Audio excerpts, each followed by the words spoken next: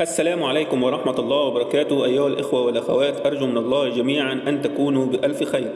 في البداية لو حابب تكون شريك معايا في القناة اشترك وفعل الجرس ودوس لايك، لأن القناة اسمها صدقة جارية للمشتركين. ولا ننسى الصلاة على سيدنا محمد كما تعودنا في كل فيديو. إليكم أسعار الذهب الآن.